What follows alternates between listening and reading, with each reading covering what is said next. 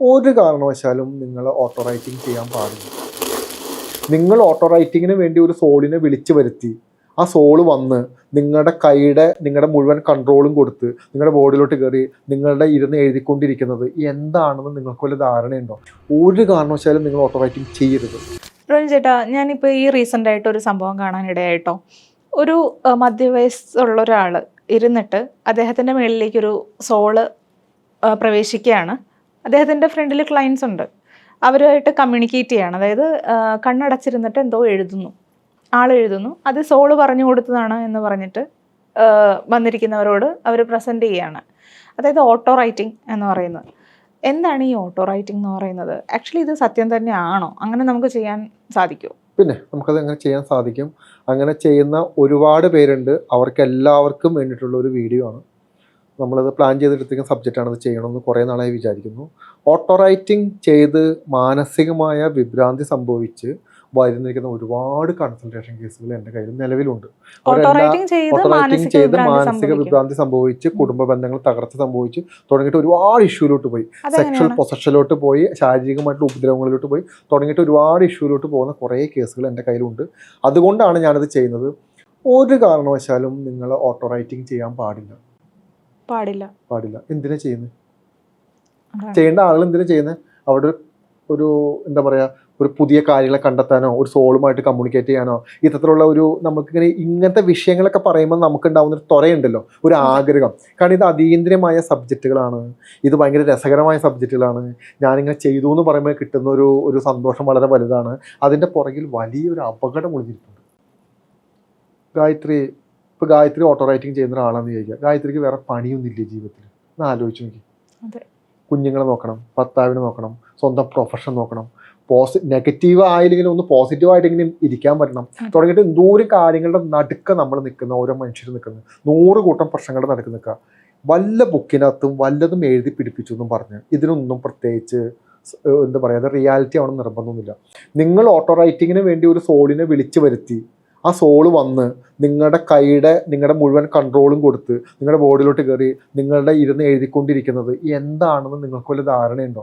നിങ്ങളുടെ ശരീരത്തിൻ്റെ കൺട്രോൾ നിങ്ങൾക്ക് മറ്റൊരു ആത്മാവിനെ സോളിനെ കൊടുക്കാൻ നിങ്ങൾക്ക് എന്താ റൈറ്റ്? അങ്ങനെ കൊടുത്തു കഴിഞ്ഞാൽ, ഇപ്പോൾ ഉദാഹരണം, ഇപ്പോൾ എനിക്ക് വന്നിരിക്കുന്ന ഒരു പെൺകുട്ടി, വളരെ ചെറിയ പെൺകുട്ടിയാണ്. ഈ പെൺകുട്ടി ഈ ബുക്കുകളെല്ലാം വായിച്ച്, ഞാൻ ആ ബുക്കിൻ്റെ പേര് പറയുന്നില്ല, ആ ബുക്കെല്ലാം വായിച്ച് ആ ബുക്കിനകത്തുള്ള ഓട്ടോ റൈറ്റിംഗ് എടുത്ത് ഈ പറയുന്ന ഏതോ ഒരു മരിച്ചു പോയ ഒരു വീടിൻ്റെ അടുത്തുള്ള ആരോ ആണെന്ന് പറഞ്ഞ് വന്ന് കണക്ട് ചെയ്ത് ആ സോള് പിന്നെ എന്തൊക്കെയോ പറഞ്ഞു കൊടുക്കുന്നു. പിന്നീട് കണക്റ്റ് ആവുന്നത് ആ സോള് ആദ്യം മാനിപ്പുലേറ്റ് ചെയ്യുക. മനസ്സിലാവുന്നുണ്ടോ? ഞാൻ പോസിറ്റീവ് സോളാണ്, ഞാൻ കുറേ കാര്യങ്ങൾ പറഞ്ഞു തരും, അങ്ങനെ ഇങ്ങനെയാണ് തുടങ്ങിയിട്ടുള്ള ഭയങ്കര രസകരമായ എഴുത്തുകളൊക്കെ ആദ്യം എഴുതി, കുറേ അത്ഭുതകരമായ കാര്യങ്ങളെല്ലാം എഴുതി. ഒരു സോളിനെ സംബന്ധിച്ചിട്ട് ഒരു ഗിമ്മിക്ക് കാണിക്കാനും അതീന്ദ്രിയമായ കാര്യങ്ങളെ കാണിക്കാനും വലിയ ബുദ്ധിമുട്ടൊന്നുമില്ല, തോന്നണ്ടോ? ഇതിപ്പോൾ ഗായത്രിയുടെ കാര്യങ്ങൾ എൻ്റെ അടുത്ത് വന്നൊരു സോൾ എൻ്റെ അടുത്ത് വന്ന് പറയാം, ഗായത്രി ഇന്ന ആളാണ്, ഗായത്രി തൊട്ട് മുന്നേ കഴിച്ച ഭക്ഷണം ഇതാണ്, ഗായത്രി ഇന്നലെ വീട്ടിൽ ഇന്ന കാര്യം സംഭവിച്ചു എന്ന് എൻ്റെ ചെവിട്ടിൽ വന്നൊരു സോൾ ഒന്ന് പറയാണ്. ഞാൻ ഗായത്രി ഇങ്ങനെയൊക്കെ സംഭവിച്ചില്ലേ? ഗായത്രി വാവ്, എന്തോ വലിയ സംഭവം, ഒരു സംഭവമില്ല എൻ്റെ അകത്ത്. എന്നാൽ ആലോചിച്ച് നോക്കണം, അതെന്തായി പറഞ്ഞു തന്നെ. ഈശ്വരന്മാർക്കോ ദൈവികമായിട്ട് സ്പിരിച്വൽ എനർജിയുള്ള ആളുകൾക്ക് അതിൻ്റെ ആവശ്യമില്ലല്ലോ. ഗായത്രി എന്ത് ചെയ്തു എന്നുള്ളത് അത് എൻ്റെ ചെവിളൊന്നും പറഞ്ഞതിൻ്റെ ആവശ്യമില്ലല്ലോ. അപ്പോൾ ഈ ഗിമ്മിക്ക് എവിടെ നിന്നാണ് വരുന്നത്? എൻ്റെ കൂടെ നിൽക്കുന്ന നെഗറ്റീവായ എനർജി എൻ്റെ ബോഡിയിലോട്ട് സ്പ്രെഡായി ഞാൻ അതിലൂടെ ഒരു അത്ഭുതപരമായ വാക്കുകൾ പറഞ്ഞ് അത് ഗായത്രി എന്നിലോട്ട് കണക്റ്റ് ആവാം. ഗായത്രിനെ പോലെ എത്രയോ ആളുകളായിരിക്കും എന്നിലോട്ട് കണക്റ്റ് ആവുന്നത്, ഈ നെഗറ്റീവ് ഊർജ്ജത്തിലോട്ട് കണക്റ്റ് ആവുന്നത്. എന്തായിരിക്കും നിങ്ങൾക്ക് സംഭവിക്കാൻ പോകുന്നത്? നാളെ ഒരിക്കലും നിങ്ങളുടെ മുഴുവൻ ലൈഫും താളം തെറ്റും, 100% ഉറപ്പാണ്. അതൊരു മാറ്റമില്ല എൻ്റെ അകത്ത്. അപ്പം ആലോചിച്ച് നോക്ക്, ഈ പെൺകുട്ടിക്ക് എങ്ങനെ മരിച്ച ഒരാൾ വരുന്നു, സംസാരിക്കുന്നു, കമ്മ്യൂണിക്കേറ്റ് ചെയ്യുന്നു, ഓട്ടോ റൈറ്റിംഗ് ചെയ്യുന്നു, ഫുൾ നെഗറ്റീവായി. ഈ പെൺകുട്ടി ഒരു ഇഞ്ച് മുന്നോട്ട് പോകാൻ പറ്റുന്നില്ല, പഠിക്കാൻ പറ്റുന്ന കാലം ഓട്ടോ റൈറ്റിംഗ് ചെയ്യണം. രാത്രി ഉറക്കമില്ല, ഈ ചെയ്യുന്ന ആളുകൾക്ക് രാത്രി ഉറക്കമില്ല, സോൾ പ്രസൻസ് അനുഭവപ്പെടുന്നു, സ്മെല്ല് അനുഭവപ്പെടുന്നു, തുടങ്ങിയിട്ടുള്ള ഒരുപാട് പ്രശ്നങ്ങൾ അനുഭവപ്പെടുന്നു. ഒന്ന് ആലോചിച്ച് നോക്കി, നമ്മുടെ ശരീരത്തിൽ ഒരു വളരെ പോസിറ്റീവായൊരു സോളായിരിക്കുന്നത്. അതിന് സ്പിരിച്വൽ ആയിട്ടുള്ള കാര്യങ്ങൾ ചെയ്ത് ആ പോസിറ്റീവ് എനർജി ഡെവലപ്പ് ചെയ്താൽ മാത്രമാണ് നമ്മൾ ചെയ്യുന്ന ജോലിയിൽ നമുക്ക് ശ്രദ്ധ കേന്ദ്രീകരിക്കാനും അതിൽ നിന്ന് സാമ്പത്തികം ജനറേറ്റ് ചെയ്യാനും അതിലൂടെ നമ്മുടെ ജീവിതത്തെ രക്ഷപ്പെടുത്താനും നമുക്ക് പറ്റുള്ളൂ. അതിന് നമുക്ക് പോസിറ്റീവായ ഊർജ്ജം വേണം. നമ്മുടെ കൂടെ നടക്കുന്ന പാർട്ട്നേഴ്സിനോട് നമുക്ക് സ്നേഹത്തോടെ സംസാരിക്കാനും നമ്മുടെ അച്ഛനമ്മേനെ നോക്കാനും മക്കളെ നോക്കാനും നമുക്ക് പോസിറ്റീവായ ഊർജ്ജം വേണം. പോസിറ്റീവായ ഊർജ്ജമാണ് നമുക്ക് നല്ലത് ചിന്തിക്കാനും നല്ലത് ചെയ്യാനും നമ്മളെ പ്രാപ്തരാക്കുന്നത്. നടക്കുന്നത്. ആ ഊർജ്ജത്തിലാണ് നമ്മൾ എല്ലാവരും പോസിറ്റീവായിട്ട് നിൽക്കുന്നത്. തുടങ്ങിയിട്ടുള്ള നമ്മുടെ പ്രൊഫഷനുമായി ബന്ധപ്പെട്ട് നമ്മുടെ സാമ്പത്തികമായി ബന്ധപ്പെട്ട് എല്ലാ കാര്യങ്ങൾക്കും നമുക്ക് വേണ്ടത് പോസിറ്റീവായ ഊർജ്ജം. ഈ പോസിറ്റീവായ ഊർജ്ജമാണ് ഇല്ലാണ്ടാക്കിയിട്ട് നെഗറ്റീവായ ഊർജ്ജത്തോട് നമ്മൾ കണക്ട് ആവുന്നത്. സെക്ഷൽ എനർജി ഭയങ്കര പുഷിംഗ് ആയിരിക്കും. സെക്ഷൽ പൊസഷൻ വരാൻ സാധ്യത വളരെ കൂടുതലായിരിക്കും. ഈ പറയുന്ന ഇഷ്ടക്കുറവുണ്ടാവാൻ ഭയങ്കര പ്രശ്നമായിരിക്കും. ഹാലൂസിനേഷൻ സംഭവിക്കാൻ ഭയങ്കര പ്രശ്നമായിരിക്കും. ഈ നമ്മുടെ സമൂഹത്തിൽ വളരെ ഉയർന്ന പദവിയിലിരിക്കുന്ന പല ആളുകൾക്ക് ഞാൻ ട്രീറ്റ്മെൻറ്റ് കൊടുക്കുന്നുണ്ട്. എനർജി ബേസിൽ ഈ ഇഷ്യൂ ബാധിച്ചിരിക്കുന്ന ഒരു കാരണവശാലും നിങ്ങൾ ഓട്ടോ റൈറ്റിംഗ് ചെയ്യരുത്. ഓട്ടോ റൈറ്റിംഗ് ചെയ്യുന്നത് മാത്രമല്ല, ഇത്തരക്കാരെ കൺസൾട്ട് ചെയ്യാൻ വേണ്ടിയിട്ട് ആൾക്കാർ പോകുന്നു എന്നുള്ളതാണ്. ഇപ്പോൾ എന്തെങ്കിലും ഒരു സ്വപ്നം കാണുന്നു, അപ്പോൾ എൻ്റെ ഇപ്പോൾ റീസെൻ്റ് ആയിട്ട് ആരെങ്കിലും മരിച്ചുപോയി, അപ്പോൾ അവരുടെ എന്താണ് ഫ്രീക്വൻ്റ് ആയിട്ട് ഇത് സംഭവിക്കുന്നത്, ആ സോളിനൊന്ന് വിളിക്കുമോ, അല്ലെങ്കിൽ അവരെന്താ പറയുന്നതെന്ന് കേൾക്കാൻ തുറയുള്ളൊരു കൂട്ടം സമൂഹമുണ്ട് നമുക്കിടയിൽ. അപ്പോൾ ഇങ്ങനെയുള്ളവർ ഈ ഓട്ടോ റൈറ്റിംഗ് ചെയ്യുന്ന ആൾക്കാരുടെ അടുത്ത് കൺസൾട്ടേഷന് പോയിട്ട് അവർ ത്രൂ ഇൻഫർമേഷൻ അറിയണം എന്നുള്ളതാണ് ഈ സോളിനെ വിളിച്ചു വരുത്തി. അതിപ്പോ ആ സോളാണെന്ന് എങ്ങനെ ഉറപ്പിക്കുന്നത്? അതായത് ഞാൻ എൻ്റെ അച്ഛൻ മരിച്ചുപോയി, ഞാൻ ഇങ്ങനെ ചെയ്യുന്ന ഒരാളുടെ അടുത്ത് പോവാ, എന്നിട്ട് ഞാൻ പറയാം എൻ്റെ അച്ഛൻ മരിച്ചുപോയി, അപ്പൊ എൻ്റെ അച്ഛൻ എവിടെ ഇരിക്കണേ, എന്താ ചെയ്യണേ, എന്താ സംഭവം എന്ന് അറിയണം. ആ വ്യക്തിയുടെ ഹാലൂസിനേഷനിൽ നിന്ന് പലതും പറയും. ഇതിനെന്താ റിയാലിറ്റി, എന്താ ജെന്യൂനിറ്റി, എന്താ ആ തലത്തിലിരിക്കുന്നു, ഈ തലത്തിലിരിക്കുന്നു, അവിടെ ഇരിക്കുന്നു, ഇവിടെ ഇരിക്കുന്നു, എവിടെ ഇരിക്കുന്നു എന്ന് എനിക്ക് മനസ്സിലാവുന്നില്ല. ഇത് എവിടെ ഇരിക്കുന്നു എന്നീ പറയുന്നത് ഈ സാധനങ്ങളെല്ലാം. ഇത് ഓരോ തരത്തിലുമുള്ള വ്യത്യസ്തമായ ചിന്താഗതിയിലുള്ള ആളുകൾ പറഞ്ഞു കൂട്ടുന്ന കാര്യങ്ങളാണ്. മുന്നിലിരിക്കുന്ന ആളുകൾ അത് വിശ്വസിക്കും. മനസ്സിലാവുന്നുണ്ടോ? ഒന്നുമില്ല, ഇതൊന്നല്ല. നിങ്ങൾക്ക് ഈ ആത്മാക്കളുടെ തലങ്ങളെ കുറിച്ച് നിങ്ങൾക്ക് വ്യക്തമായിട്ട് മനസ്സിലാക്കണമെങ്കിൽ ഒരു യോഗിയുടെ ആത്മകഥ എന്ന് പറയുന്നൊരു ബുക്കുണ്ട്. പരമഹംസ യോഗാനന്ദന്റെ ബുക്കുണ്ട്. ആ ബുക്കിന്റെ അകത്ത് വായിച്ചു നോക്കി നിങ്ങൾക്ക് വളരെ കൃത്യമായിട്ട് മനസ്സിലാക്കാൻ പറ്റും ഈ ആത്മാക്കളുടെ തലങ്ങൾ എന്താണെന്ന്, മറ്റുള്ള മേഖലകൾ എന്താണെന്ന്. മറ്റുള്ള ബുക്കുകൾ നിങ്ങൾ ആശ്രയിക്കരുത് ഈ മേഖലയുമായി ബന്ധപ്പെട്ട്. ഇത് ഇവരുടെ ഹാലൂസിനേഷനും ഇവരുടെ ഇല്യൂഷനും ഇവരുടെ തോന്നലുകളും എല്ലാം കൂട്ടിക്കലർത്തി എഴുതിയിരിക്കുന്ന ബുക്കുകളാണ്, ചെയ്യുന്ന കാര്യങ്ങളാണ്. മനസ്സിലാവുന്നുണ്ടോ? ഒരു സോൾ, ഒരു നെഗറ്റീവ്, ഒരു പോസിറ്റീവ് സോളുമായിട്ട് കണക്ട് ചെയ്യാൻ നമുക്ക് ഭയങ്കര ബുദ്ധിമുട്ടാണ്. ഒരു നെഗറ്റീവ് സോളുമായിട്ട് കണക്ട് ചെയ്യാൻ നമുക്ക് 1 മിനിറ്റ് മതി. 1 മിനിറ്റിനുള്ളിൽ നമുക്ക് കണക്ട് ചെയ്യാൻ പറ്റും. നമ്മുടെ ശരീരം അലോ ചെയ്ത് കൊടുക്കുക, പെർമിഷൻ കൊടുക്കുക. മനസ്സിലാവുന്നുണ്ടോ? നിങ്ങൾ 1 ടൈം നിങ്ങൾ ഇതിലോട്ട് കണക്ട് ആയാൽ ഇത് നിങ്ങളെ കൊണ്ടേ പോകുള്ളൂ. ഗായത്രി, ഞാൻ നേരത്തെ പറഞ്ഞ പോലെ നമുക്ക് 100 കൂട്ടം പ്രശ്നങ്ങൾ നടക്കുക, നമ്മളെല്ലാവരും ജീവിക്കുന്നത്. ആ പ്രശ്നങ്ങളുടെ കൂട്ടത്തിൽ ഇതും കൂടി കൊണ്ടുവരേണ്ട ഈ അതീന്ദ്രിയമായ കാര്യങ്ങളും അത്ഭുതകരമായ കാര്യങ്ങളും കാണുകയും കേൾക്കുകയും ചെയ്യുന്നത് ഭയങ്കര രസമാണ്.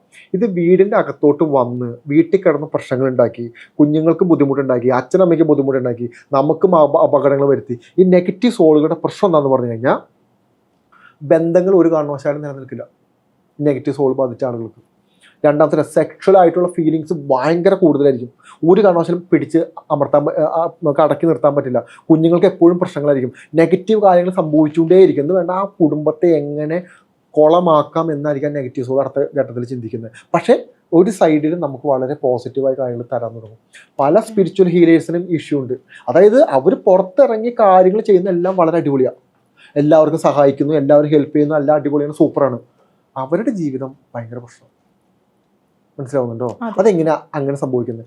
ഒരു കാലഘട്ടത്തിൽ നമുക്ക് മനസ്സിലാക്കാൻ പറ്റും നമ്മുടെ ജീവിതം ബുദ്ധിമുട്ടാണെന്ന്. നമ്മളൊരു സ്പിരിച്വൽ എനർജിയിലോട്ട് കൺവേർട്ട് ആയതിനു ശേഷം പിന്നെ നമ്മുടെ ലൈഫ് ഏറ്റവും ബെറ്റർ ആയിട്ട് മാറണം. അല്ലെങ്കിൽ പിന്നെ എന്തിനാണ് സ്പിരിച്വാലിറ്റി? അതിനിടയിൽ നമുക്ക് നമ്മൾ പഴയതുപോലെ ജീവിച്ചാൽ പോലെ.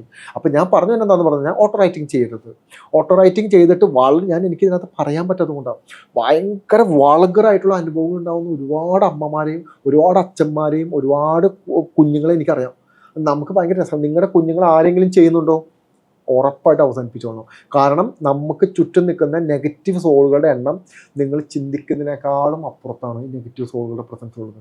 അത് എങ്ങനെ കണക്ട് ചെയ്യാമെന്ന് ആലോചിച്ച് നടക്കുക. 1 ടൈം കണക്ട് ആയി കഴിഞ്ഞാൽ കുഞ്ഞുങ്ങളുടെ സകല റിലേയും കട്ടായി പോകും. മനസ്സിലാവുന്നുണ്ടോ? ഇതിന്ന് പുറത്തെടുക്കാന്ന് പറയുന്നത് നിസ്സാര കാര്യമല്ല. വളരെ വലിയ എമൗണ്ട് കൊടുത്താൽ മാത്രമേ ഈ കർമ്മം ചെയ്ത് നമുക്ക് പുറത്തേക്ക് എടുക്കാൻ പറ്റുള്ളൂ. മനസ്സിലാവുന്നുണ്ടോ? അതുകൊണ്ടാണ് പറയുന്നത് ഓട്ടോ റൈറ്റിംഗ് ചെയ്യരുത്. മരിച്ചുപോയ ആത്മാക്കൾ അവരുടെ വഴിക്ക് പോകും.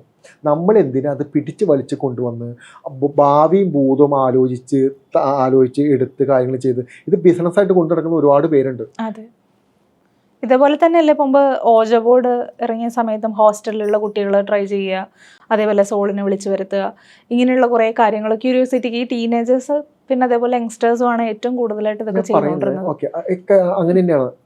ഒരു ബുദ്ധിമുട്ട്, ഒരു പേടി തട്ടിയാൽ എന്ത് ചെയ്യും? നമ്മൾ പ്രേതം ഭൂതമെന്നൊക്കെ മാറ്റി നിർത്തുക ഗായത്രി. ഈ ഒരു ഇൻസിഡന്റ് കൊണ്ട് ഏതെങ്കിലും തരത്തിലുള്ള അനുഭവങ്ങളോ ഏതെങ്കിലും തരത്തിലുള്ള പേടികളോ കുഞ്ഞുങ്ങൾക്ക് തട്ടിക്കഴിഞ്ഞാൽ ആ കുഞ്ഞുങ്ങൾ നാളത്തെ മാനസിക രോഗികളാണ്. ആണോ? ആ സ്വന്തം അച്ഛനമ്മയ്ക്ക് എന്ത് സമാധാനം ഉണ്ടാവും അവർക്ക് ജീവിക്കാൻ? ആ കുഞ്ഞുങ്ങൾ ഏത് ചിന്തയിലൂടെ ആയിരിക്കും പോകുന്നത്? ആ നെഗറ്റീവ് സോൾ എന്തായിരിക്കും അവർക്ക് ഫയർ ചെയ്ത് കൊടുക്കുന്നത്? ഒരു കുടുംബജീവിതം മര്യാദയ്ക്ക് ജീവിക്കാൻ പറ്റുമോ? ഇല്ല. ഒരു കൂട്ടുകാരായിട്ട് മര്യാദയ്ക്ക് നടക്കാൻ പറ്റുമോ? ഡിപ്രഷൻ അടിച്ച് വീടിൻ്റെ അകത്തിരിക്കും മരുന്നും കഴിച്ച്, മനസ്സിലാവുന്നുണ്ടോ? അവസാനം സൂയിസൈഡ് ടെൻഡൻസിലോട്ട് പോകുന്നത് എത്രയോ കേസുകളെന്നറിയാമോ?